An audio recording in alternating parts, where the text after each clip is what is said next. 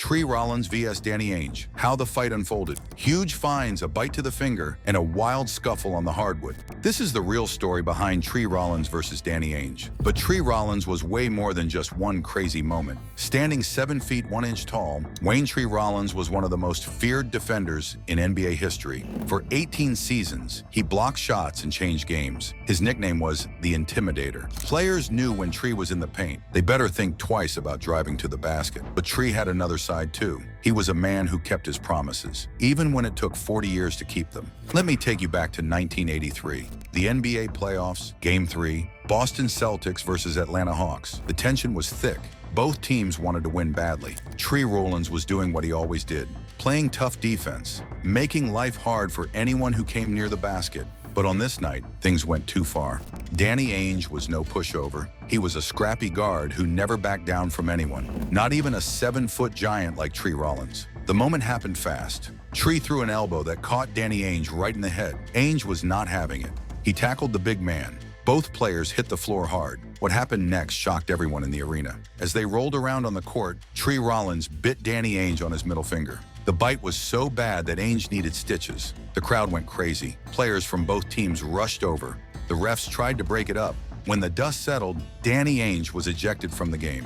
Tree Rollins stayed into play. The next day, the Boston Herald ran a headline that became legendary. Tree bites man. It was perfect, and it stuck to Tree Rollins for the rest of his career. But the league was not done with punishments. Danny Ainge got fined $1,250. Tree Rollins got hit much harder, a $5,000 fine, and a suspension for the first 2 games of the next season. This was not Tree's first time in trouble. He had a pattern of crossing the line. In 1980, he fought with Dave Cowens and got fined $1,500. In 1982, he elbowed Jeff Cook in the gut. That cost him $750. Later that same year, he elbowed Kenny Dennard in the chin. Another $1,500 fine. During the 1982 playoffs, Tree got into a rumble with Lionel Hollins. The league fined him $2,500 for that one. In 1983, he even filed a $4 million lawsuit against ML Carr over a knife incident, though he later dropped the case. But here's the thing about Tree Rollins. All those fines and fights tell only part of his story. The other part is about one of the greatest defensive players ever. Tree led the NBA in blocked shots during the 1982-83 season. He averaged an incredible 4.3 blocks per game. Throughout his career, he finished in the top 3 for blocks 6 different times. On February 21, 1979, Tree recorded 12 blocks in a single game. When he retired in 1995, he ranked 4th all-time in career block shots with 2,542. He currently holds the 9th highest total ever. The league recognized his greatness too. Tree made the NBA All-Defensive Second Team in 1983. He made the All-Defensive First Team in 1984. He finished second in Defensive Player of the Year voting in 1983. His coaches understood his value perfectly. Hubie Brown told Tree exactly what his job was. Use all 6 fouls. Try to block every shot. Get every rebound you can. Don't worry about scoring. Tree followed those instructions to the letter. He averaged just 5.9 shots per game over 623 games with the Hawks. Compare that to teammate Dominique Wilkins, who might take that many shots in 1 quarter. Fans and media often criticized Tree for his limited offense, but his coaches always defended him. They knew that centers who could score 25 points a night were rare. Tree's defensive presence was invaluable. Tree himself knew his role. He had a physical condition called hammer toes that affected his movement. Plus, coaches never encouraged him to develop a scorer's mentality. Once that got in his head, he stopped thinking about big scoring games. But the numbers don't lie about Tree's impact. In 18 games where he played at least 37 minutes, the Hawks won 15. In 11 games where he played fewer than 19 minutes, they won 0. Tree spent 11 seasons with the Atlanta Hawks. He was their defensive anchor during his prime years. After Atlanta, he played for Cleveland, Detroit,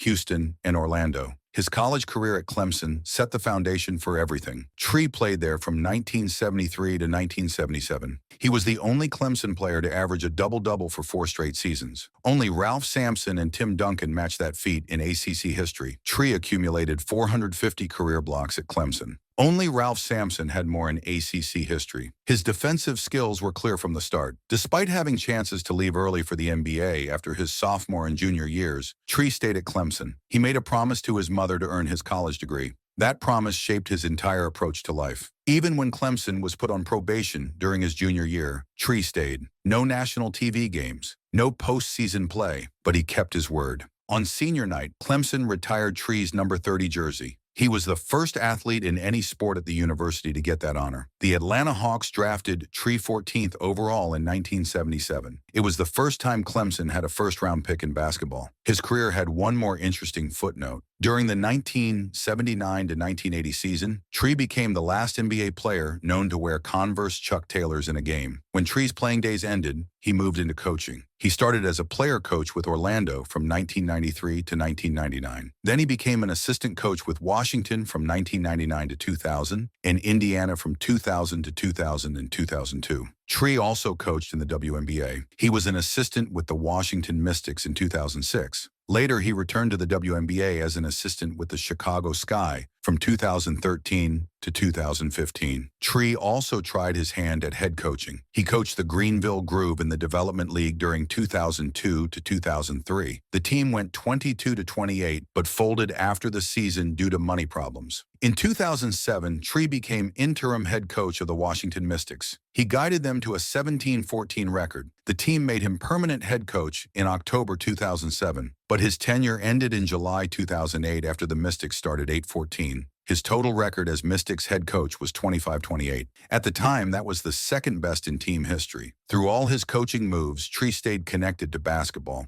He's available for speaking events and corporate appearances. He shares his experiences and insights with new generations. But the most important thing Tree did after basketball had nothing to do with the game. It was about keeping a promise he made decades earlier. That promise to his mother stayed with him for 40 years. He left Clemson 2 courses short of graduation. The NBA career came first, but the promise never left his mind. Finally, decades after his NBA career ended, Tree went back to Clemson. He completed those final 2 courses. He walked across the stage and got his diploma. He kept his word to his mother, even though she had passed away. This act showed who Tree really was, not just the intimidator, not just the guy who bit Danny Ainge. He was a man of integrity who honored his commitments. Tree's story teaches us something important. People are more complex than their worst moments. Yes, Tree crossed the line sometimes. Yes, he got into fights and paid fines. The Danny Ainge incident will always be part of his legacy. But Tree Rollins was also a defensive genius who changed games with his presence. He was a coach who mentored young players. He was a son who kept a promise to his mother 40 years later. The bite made headlines. The blocks made history.